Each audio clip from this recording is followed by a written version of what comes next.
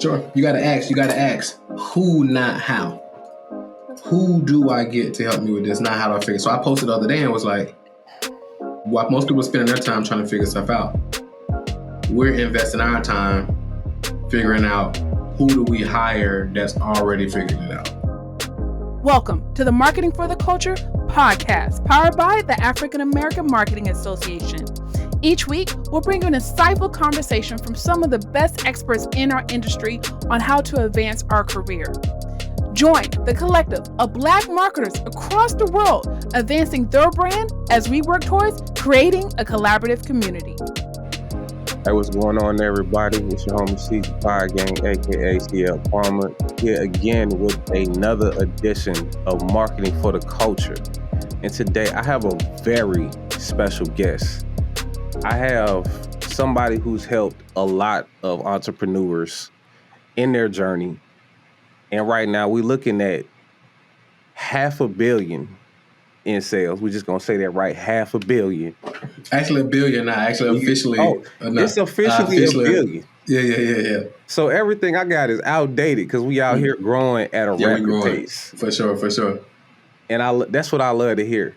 And not only is he out here helping entrepreneurs sell all their products, all their services, but he's also going to be the keynote speaker at the Marketing for the Culture Summit this May 12, 2022 in Atlanta, Georgia at the Gathering Spot. But he is out here killing the game when it comes to client attraction. In fact, he is the client attraction king, none other than Mr. Marquel Russell. Mm-hmm. How you doing today, man? I'm excellent, man. I'm blessed, man. Outstanding.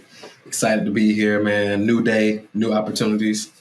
I'm excited to be here. And I'm definitely excited about the Marketing for the Culture Conference. It's going to be amazing. I'm super excited about it. Man, and I appreciate you, figuring out some time to go ahead and help people learn from you. Appreciate you sitting down, giving me some time just to do this interview. You out here really killing the game, like we said at the beginning, man. You jumped over $1 billion, and I'm just looking at some recent information, and you was just at $500 million. Yeah, so I know you out here doing it, man. So I don't want to waste too much of your time, but I do got to know some things just because you from Atlanta, Georgia, and I feel like I wouldn't be doing this interview justice if I didn't do some Atlanta stuff for the people. Just do it. So I want to do a little word association. Okay. I want to just get it popping. So I'm going to just give me the first thing that pops into your head when I drop these terms. Let's do it. Lemon pepper. Hot wings. Extra crispy. Got to be extra crispy. So it's not, no, lemon pepper wet is not a thing, just to let y'all know. I don't even eat meat no more, but when I did, I used to get mine hot, extra crispy. Like mine had to be extra. I used to hate to see the veins in my chicken and all that. It had to be extra chicken. I had to pull it a little bit. Look, I'm the exact same way. Anybody in Atlanta knows, some places know, but not sometimes you got to let them know. Yeah, and I don't like the big ones neither. I like the little, the regular wings. Absolutely. So I already know. I'm not even going to get nobody no shout outs, but all right. Next word, the bluff. Gentrification. That's the first thing that came to mind. The bluff ain't what it used to be. That is so true about Atlanta. It's a lot of pockets that are definitely getting gentrified. Let me keep moving. The varsity. Overrated. Say it again. That's overrated, man. I ate at the varsity maybe twice, and I was never excited about it. Even on them after the club type situation when you just hungry, it's still it just ain't good to me. You know what I'm saying? It's strictly a tourist thing. For sure, 100%. That's a tourist spot for sure. Next one. Go ahead. That's what I was gonna say. When I go to cities, I be always like, hey, I don't want to go to the tourist spot. Take me to the hood. Take me where the natives go. That's where I want to go eat. Right. Take me to the hole in the wall. Yeah, that's where I want to go. I'm with you on that. All right, next word, Greenbrier. That's still my spot. Like, That's I don't say too far from Greenbrier, but Greenbrier, legendary. If I'm thinking one word, still my spot, legendary. So much history. Yeah. okay. So you right there, man. But yeah. That's my spot. I used to stay behind Greenbrier and Ben Hill. Yeah. See, man, I was up in East Point for about a year, and I learned so much about Atlanta that I just didn't know. I stayed in Atlanta pretty much on the north side my whole life, but that time down there, Yeah, it's different. man, that's like a crash course. Yeah, it's different. You gotta get up to speed. Yeah, it's different. It's different. All right, and I guess we can be able to tell your age off this one. But last word, Freaknik. I always wished I could really be in the mix of it.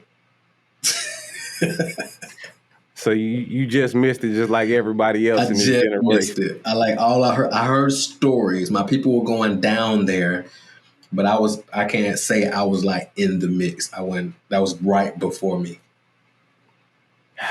You know, I meet a lot of people like that. You know, it's like you see the OGs, and they tell you all the stuff, but it wasn't gonna last. Nah, yeah. Not from what they were telling me. All right. So I had to do that one for the A one time. So man, let's get into the interview. Let's do it. So you say you right there from Greenbrier, so you on the south side. Mm-hmm. Now, is there anything about that side of town that really helped mold you into who you are today? I think everything about this side of town helped mold me to what I am today. It's like you got a mixture of. It's like you can literally be on the west side, Southwest Atlanta, on one street. So I use Cascade for example. You can be on Cascade, and on one end is multi-million-dollar cribs. You can ride down Cascade 10 minutes and be right in the hood, right? And you can pretty much do the same thing on Martin Luther King. You do the same thing on Camerton Road, right? And it's like, I always wondered, how can people be in the same city and then some people be poor and then some people have it? And we like in the same community. So because if you think about it, like even right here in this area, the Greenbrier area, Tyler Perry's studio is in this area. It's in East Point. He had this whole thing where he built the initial one at, right? This in the Greenbrier area, Southwest Atlanta, right? He built his whole thing right there. And then he, like within the past couple years, you heard of Fort McPherson Air Base before? Fort McPherson. This dude went and bought a piece of the Fort McPherson Air Force Base on Main Street. Like if you get off at the West End, you ride straight down into East Point. This dude bought a piece of the Fort McPherson Air Force Base. That's crazy. And that's where all the Tyler Perry stuff is shot at now. Over here in the same area. So it's like, I can't unsee that. You can't, that forces you to think bigger. Like even growing up, just seeing this, it forces you to think bigger. So I'm gonna give you a quick story. So what made me just think about this. So my aunt used to live in Hightower Ridge. So this is in Adamsville, Martin Luther King area, right behind Allen Temple. If you listen to this and you're from Atlanta, you know what I'm talking about. Mm-hmm. And one day I'm outside and I see Kilo. You remember Kilo? Yeah. I see Kilo Ali, and he's like singing to this girl. She's like up on her, it's not a balcony, obviously, right? It's a stairwell. So she's standing up on the top of her stair, and he's like singing to her. And I'm like, oh man, that's Kilo. Cause you know Kilo, it's a legend. Yeah. So, I'm looking around, I'm young, I'm a child. So I'm looking around, I find me a little paper towel that's on the ground. I walk up to him and get an autograph. So I was in the midst of that. And all the guys who I looked up to in those earlier ages were the big dope boys. So that's what actually got me into the streets, because the only people who I knew who was having it was the dope boys. Like even like everybody, the world got to experience Shawty Low, right? But early on, I knew him as Carlos. Big dope boy, on Bankhead, everybody knew who Carlos was from the West Side, but the world got to experience Shout It Low. So I grew up in that, and I'm seeing this, and I was very observative. And I was like, I knew I didn't want what I had. What I grew up in, I knew I didn't want to grow up in that, and I knew I wanted.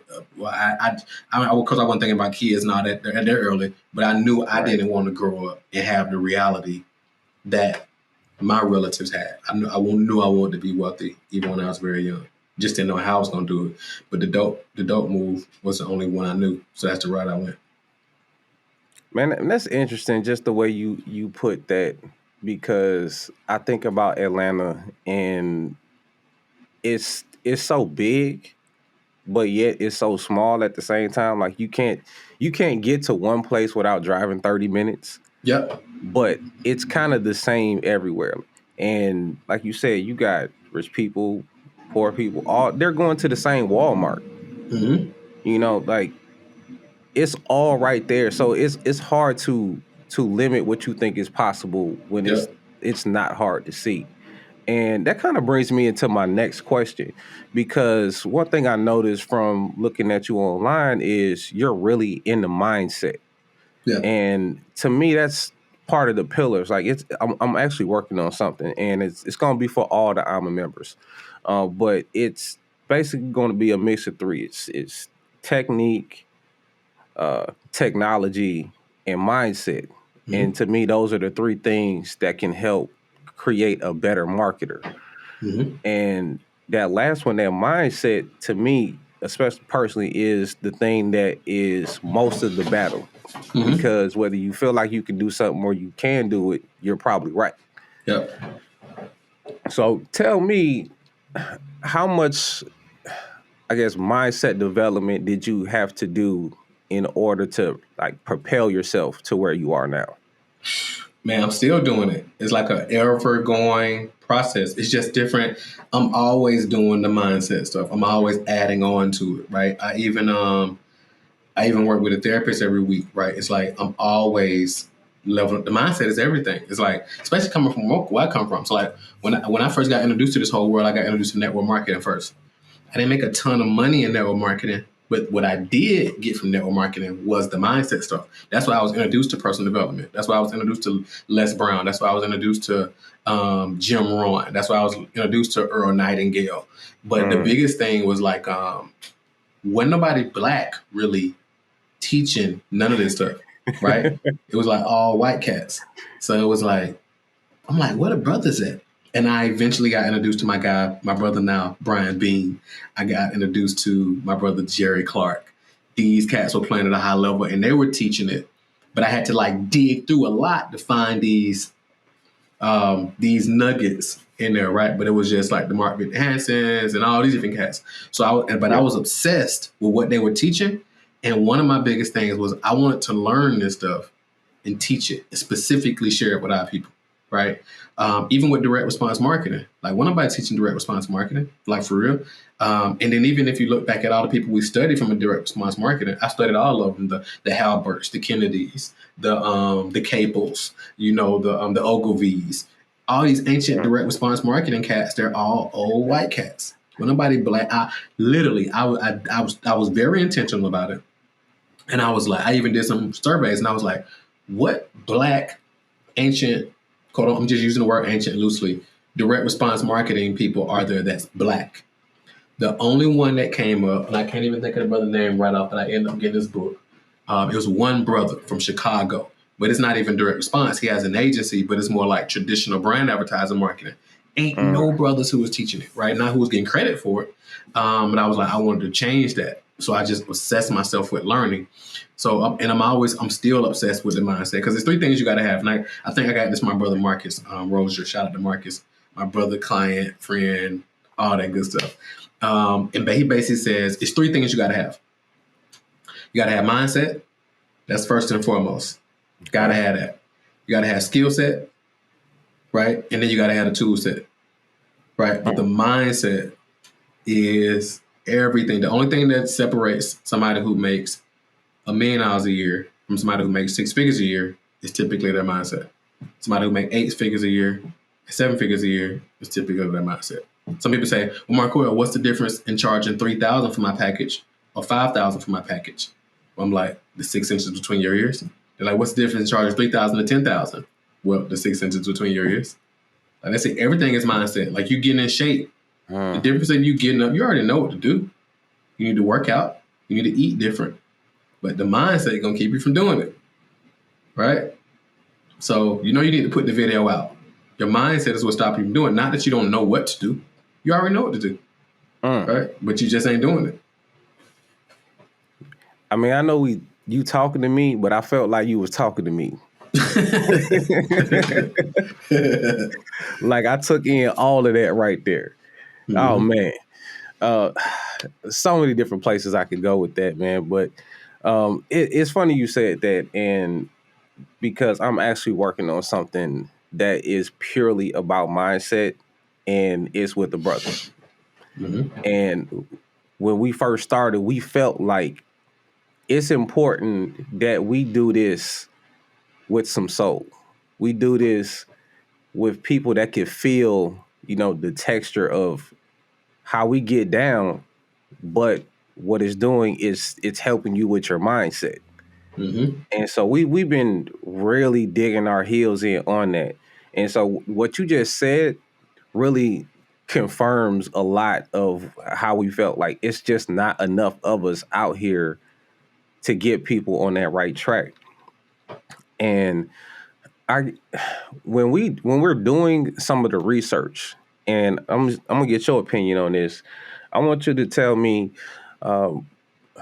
when somebody feels like their mindset is, I'm able to do something, but I can't figure it out. So it's a conceptual problem.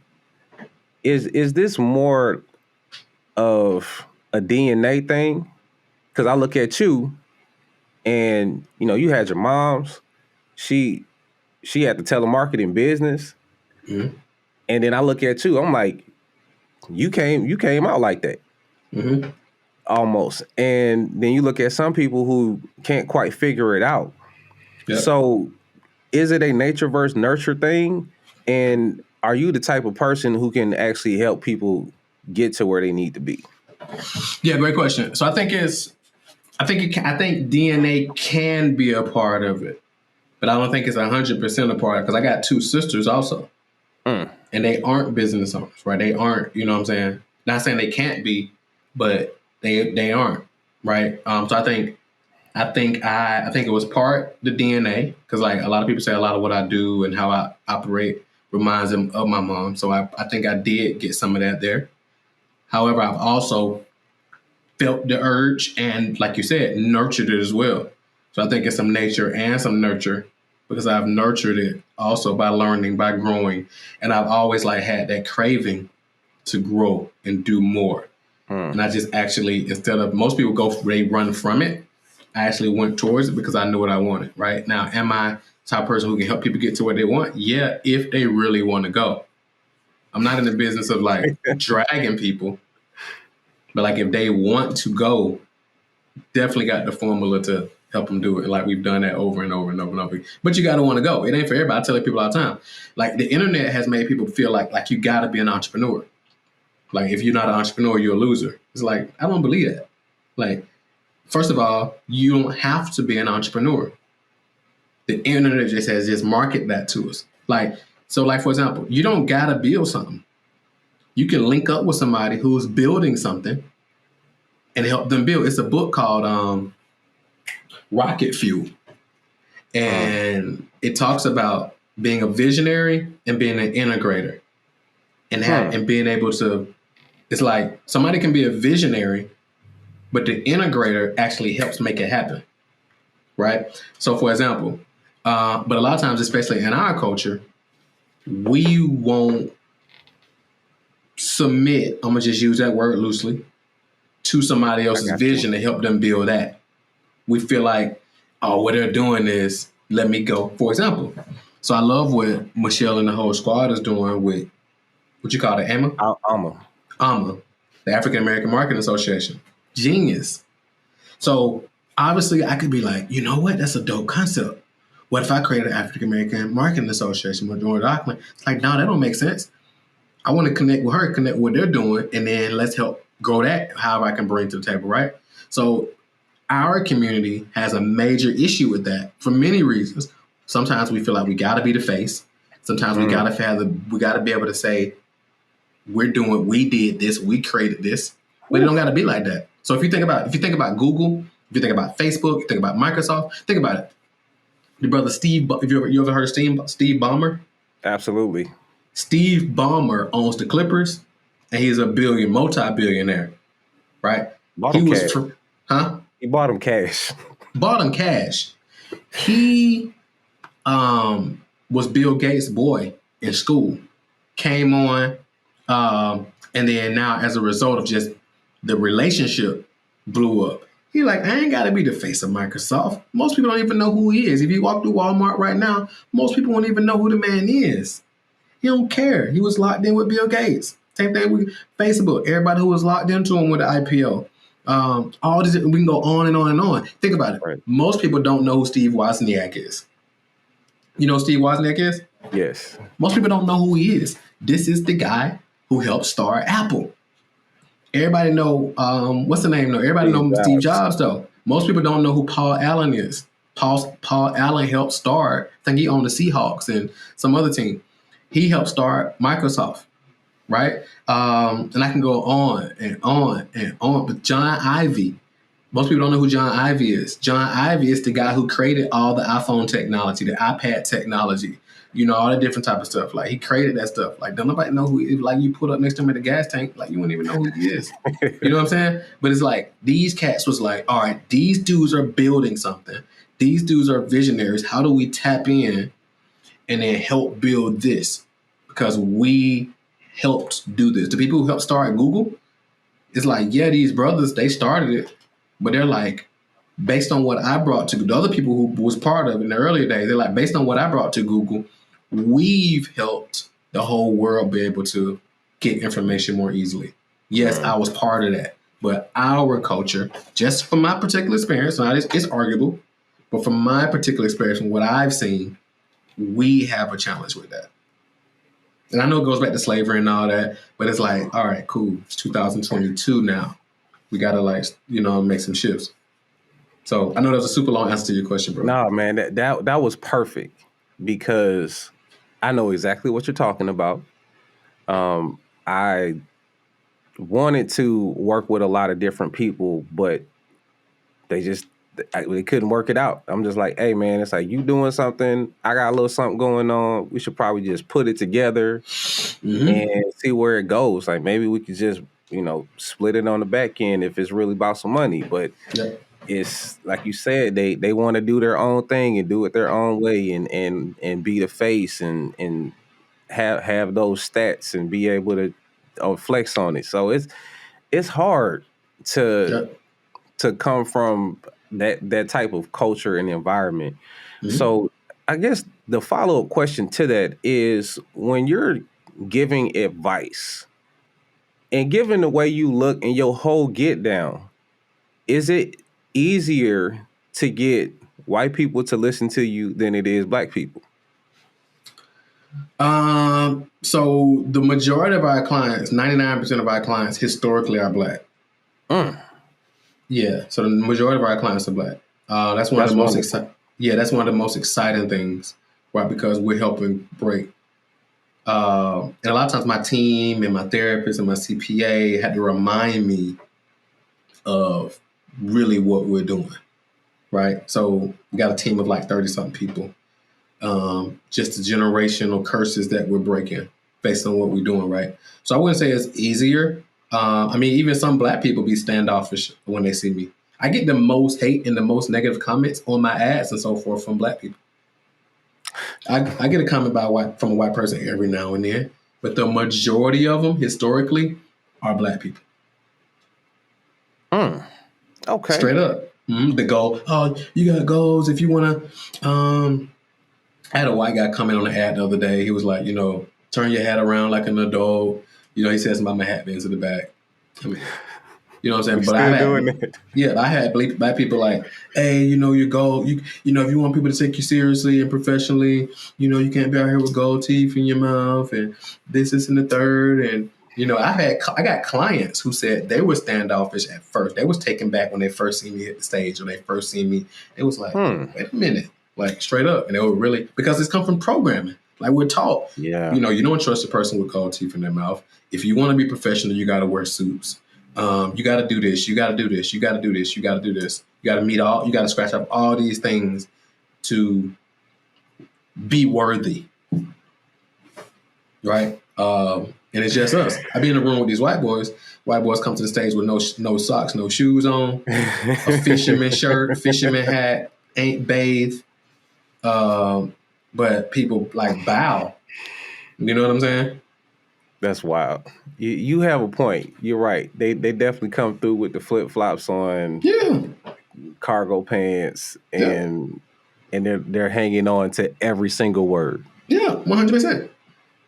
And you just, you got on a nice shirt. You just got your hat backwards, and it's a problem. Oh man. Yeah, Ooh. I know, but I think the biggest. So to answer your question, is it easier? I wouldn't say it's easier. But I think easy is relative. I think it's easy. It's easier for me to just be me, and then it's a scripture that says, and I don't like to use it, so I like to modify, because I don't like to call people sheep. But I say that the modern version of when you speak and you use your authentic voice, the people you're called to serve will hear you, and then they'll naturally be attracted to you. And it'll free them, because by me showing up how I show up authentically, other people see that, wow, you telling me I can just be me and still succeed at a high level? I'm like, well, that's exactly what I'm telling you. Okay, so what you're telling me from what I gathered there is a lot of your clients are highly qualified to work with you. Yeah. So like, all of our clients are qualified to work with us because we take them through a qualification process, right? Gotcha. The trick part is typically when we're in our rooms, we got clients who are like doctorates, like doctors. I got a doctorate like last year, honorary doctorate from Higher Place Christian University. They gave me, you probably see it right there. So shout out. Yeah, appreciate it. So we have doctors. I'm talking about like people who really got PhDs, like went to school for it, all that, right? We got clients who are MBAs. We got clients. A lot of our clients are Greek, meaning, they're like alphas and kappas, and like real intelligent individuals, right? And here I am teaching the class, and I got a 9th grade education. I dropped out in 10th grade. Yeah. Yo, when you put it like that, that's kind of dope. I'm not gonna lie, bro. That means you really got the game, and it's working. And I feel like that's a lesson to anybody out there. It doesn't really matter where you're starting from, but it's really about what you know. Yep. And I guess a lot of us don't really tap into that. And I've seen you speak on how important books are in your development. And I guess kind of walk me down that. And you told me about a few people that you picked up, but is there any like one book or particular passage, anything that really just grabbed you and turned you in a different direction? So I think, my most gifted book is The War of Art by Stephen Pressfield. Not The Art of War, it's The War of Art. And it basically talks about resistance, right? It talks all about resistance. So that's one of the books I always recommend. Now you asked about a passage. So this is probably a quote. It's kind of a quote / poem. People call it different, but it's basically our deepest fear. You familiar with that one? Yes. Like our deepest fear is that our deepest fear not that we're inadequate. Our deepest fear is that we're powerful beyond measures. Our light and our dark that most frightens us. So I read that pretty much every morning. So yeah, that's heavy because it speaks volume. Man, it does, because I know every time I hear it, it's always just in my head, like, am I really afraid of this moment, or is it just just what it is? Like, am I just being hesitant? Yep. And I'm gonna tell you something else, man. Another one that's a game changer. Speaking of passages, and I typically always have to look it up. It's I'm not sure, you probably familiar with this one as well, but it said, "I bargained with life for a penny, and life would pay no more. However, I begged that evening when I counted my scanty store. Life is a just employer; it gives you what you ask, but once you set the wages, why you must bear the task. I worked for a menial's hire, only to learn dismayed that any wage I had asked of life, life would have willingly paid." Just heavy, bro. And I can see why that resonates with you, because Listen, your whole ethos is the high ticket item, getting people in, and that right there is like, wherever you setting it, that's how you gonna be working. Like, man. it's so true. You get in, you gonna get out what you put in. Yep. So I guess, man, there's so many different places I want to keep going, but I want to be all day with you. But I guess one thing I would like to know is, say me, for example, I'm somebody who's up on the come up. I feel like I might need your help in the somewhat future. Mm-hmm. And I'm thinking about, all right, I may not be able to use Marquel system. I might not be able to afford it right now. And I'm thinking, all right, how do I get myself prepared and ready so I can work with you? Great question. So I would say nobody ever comes to us prepared and ready. That's number one. Okay. Number two, I can't afford it. Is disempowering language. Is how, first of all, most people disqualify themselves before even having the conversation. They automatically like, man, I can't afford it, dude. It's like, you don't even know how much it costs. You don't even know what's the investment. And if there's a cost, you actually shouldn't do it. Because cost means you just putting out and not a return. Investment means that you're putting out and you're getting a return, an expected return. So if you don't see working with us as an investment and you see it as a cost, I actually recommend not doing it, because we don't want to be a cost to anybody, right? We want to be an investment. So that's number one. Number two, you figure out people don't come to us because they got the money, right? People don't come to us because they got all the money taken care of. They come to us because they want to make more money. So you're like, okay, how do I figure this out? How do I make it happen? How do I get started? How do I? Right? You figure it out. And when you decide, the whole universe conspires on your behalf and things begin to open up. Because an object in motion stays in motion. Object at rest stays at rest. And when you're in motion, things move out the way. Things line up. But you got to move. But nobody comes to us ready because they don't even know what they're in for. They only see what they see on the surface level. But when they come into the fold, they always like, this is way more than what I bargained for. Oh man, you might be hearing from me real soon. Yeah, man. On the internet, man, people just kind of get a glimpse. People just get a glimpse of what we do on the internet. Like, people don't really see holistically what we actually do when you come into the fold. Man, if that doesn't have you fired up to get this man a call, give him your email, shoot him a text or DM, I'm not sure what will. Because at this point, he just lets you know, if you want it bad enough, it's going to happen. For sure.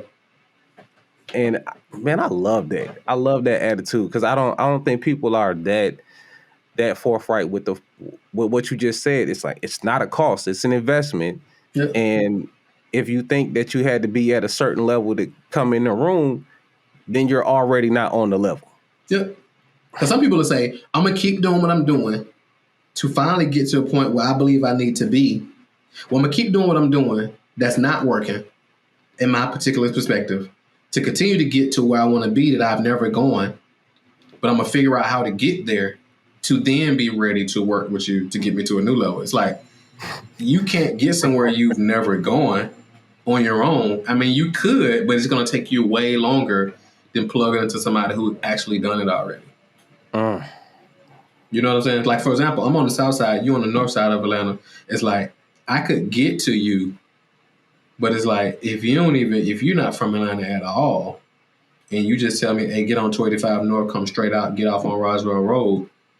Like, I've been that way multiple times. Like, I can jump on 285, and I don't got to use my GPS and get off on Roswell Road. And you like, call me when I get off on Roswell. All right, bet.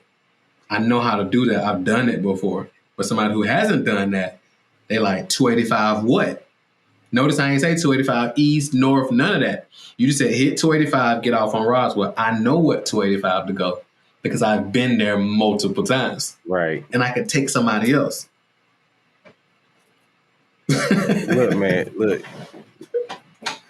Call Dr. Russell so you don't have to go the long way on 285 to get to Stone Mountain. Yep. Because think about it, in Atlanta, it's like Roswell Road. Okay, cool. So I'm gonna go. They're gonna end up in Buckhead because it's a Roswell in the Buckhead area as well. Now it's like, right. Then they call you when you get in that area. You're like, hey man, I'm on Roswell. You're like, where you at? I just passed Lennox. I'm on such and such. You're like, nah, fam, you on the whole other side of town. The wrong side. You 45 minutes. You 45 minutes out. Yo, that right there it's so on point because, for one, like you said, it's like the streets. You know the steps that you need to take in order to get you from A to B. Yeah. And I just talked about this with Steve Worthy, who's also going to be on Market for the Culture Summit. Nice. And he was saying that, the word coach comes from the vehicle, not the person on the sideline. It's somebody that gets you from one place to another. Yeah. That's why it's called a coach. And I don't think everybody always lets that sit in, because the reason you get a coach is because they know where to go. Yeah, for sure. Like, that's the whole reason you get one in the first place. Mm-hmm. And I hope people are really letting that soak in, because you want to be somewhere, and no matter how hard you try, if you do it by yourself, it will take you long. Yep. And that's something I have had to learn the hardest way. Yep. I take full responsibility, but now I'm conscious of it, so I know, you need to go get somebody for that. You might need to just go ahead and hire that out. And I'm just more aware of it now. Yeah. And like you said, that mindset thing, it's ongoing. It never ends. For sure. You got to ask who, not how. Who do I get to help me with this? Not how do I figure. So I posted the other day and was like, while most people are spending their time trying to figure stuff out, we're investing our time figuring out who do we hire that's already figured it out. That's powerful. That's very powerful. Yeah. Because if you ever read the book or heard about the concept of 10,000 hours that Malcolm Gladwell made famous, right? And basically it's saying that 10,000 hours is the time it takes to develop mastery, right? So if you do the math, 10,000 hours, if you work 40 hours a week just on developing your craft, 40 hours a week. Most people don't have time to work 40 hours a week developing the craft, but let's say you did. That would take you 5 years to get 10,000 hours, right? What if you just paid for other people's 10,000 hours? That's what coaching is. You're paying somebody else for their 10,000 hours. You can do that, or you can invest the next 5 years trying to figure this out on your own. Or you can hire somebody and pay for their 10,000 hours in 5 days, 5 weeks, 5 months. You figure it all out, depending on their process. So powerful, bro. It's such a powerful thing to have in the toolkit and the mindset that there's expertise on tap. Yeah. You're just thinking about, what you could do, but when you start thinking about what you could do as a human, there's so much capacity. 100%. Oh man. Oh my gosh. Man, I could have these type of conversations all day. But We done already went a little over time. So, Dr. Russell, I like that. I like that title. You say you got an honorary doctor, but I almost like that because I feel like I just had a little session. I appreciate it. You got my head all the way open. I appreciate that. I'm glad I could help. So before we wrap this all the way up, man, can you tell people what to expect from your keynote speech at Marketing for the Culture Summit? Yeah, so basically, when you experience the keynote that I'm gonna dive into at the Marketing for the Culture Summit, is my goal is to show you how to turn your annual income into your monthly income. So whatever you made last year, or whatever you want to make this year for the entire year, I'm gonna show you how to take that. And by the time you leave, and by the time I'm done, you're gonna have a step-by-step game plan of exactly how to take what you wanted to make this year and turn it into what you can make in a month or a week, depending on your goals. But I'm gonna specifically give you a specific game plan of going from, okay, here what you used to want to make in a year, I make that in a month or a week. And that's not on some hype, motivational type stuff, but you're literally gonna have a step-by-step game plan where you can literally walk out or even right there in the room, start implementing immediately to get results. Okay, so if I'm making $75K a year, you tell me I'm gonna walk out there with the game plan to make $75K in a month. Absolutely. Yeah, that's what we do. I think it's worth the price of admission. Oh, easily. And that's just my keynote. Like all the other lineup, I mean, it's gravy because there's a lot of other amazing speakers gonna be there as well. So I'm saying that's what I'm specifically gonna bring to the table. And I don't know hype. I don't do motivation. I don't do, hey, anything is possible. Put your mind. No, I'm coming in with practical, step by step by step. Do this, do this, do this, do this. You heard that. We're not doing hype. No. We're getting into the nitty gritty. Mm-hmm. That's why you see my shirt, no cap. If you're watching the video, there's no cap zone. Marketing for the Culture Summit. All the way, the whole perimeter, no cap zone. No cap zone. I'm going to put that out there right now. We might have to run that into the ad. No cap zone. Straight up. Because Marquel Russell said that this is the no cap zone. Boy, man, I'm going to need one of them shirts. I got you. Send them up. Already, man. All right, man. I appreciate your time. Can you tell people where to find with you? To find you and how to get in touch with you. Let me say that right. 100%. So yes, I'm on all your favorite, whatever your favorite social media platform is, I'm there. We're not on really Snapchat right now, but we're getting our TikTok popping. However, the one we're most engaged on, if you're on Instagram, come over to Instagram. Just in my name, Marquel Russell. Join our Instagram community. I don't really like to say follow me on Instagram because we like to develop leaders, not followers. Join our Instagram community on Instagram, Marquel Russell, MARQUEL RUSSELL. It'll pop up. Shoot me a DM. Click on the blue follow button. Shoot me a DM. Let me know that you were on the podcast, and I got a special gift for you just for reaching out. Same thing. If you're like, okay, I'm not on Instagram, I'm on Facebook. Same rules apply. Come over to Facebook, connect with me, shoot us a DM, let me know you're on here. We got a special gift for you. And if you're a business owner, which apparently you are, or aspiring, if you like an expert-based business, like you're a coach, you're a consultant, course creator, expert, speaker, author, whatever, and you want to get more clients for your business, I want to give you our paid ad playbook for 100% free. So if you go to paid ad playbook, PAID, ad playbook.com, you can go get our paid ad playbook for 100% free. And the paid ad playbook is going to show you step-by-step how to get 50 to 100 leads every single day that actually convert into clients. So go to paidadplaybook.com right now, get it for free. And I see you at the conference. Look at all that. A whole bunch of value you can get for free from this man. Before you even talk about doing the business, you could just learn and learn and learn. This has been a very valuable conversation. I hope everybody has been listening, taking notes, because you was dropping gems. At the gems, man. Bro, whew. Appreciate you, man. Appreciate you. Mister, or should I say doctor? Appreciate you, man. I appreciate you. Marquel Russell, I thank you for coming on Marketing for the Culture. I appreciate everybody out there for listening, watching on YouTube. Man, I hope I see y'all at the conference, man. Get some more of this sauce.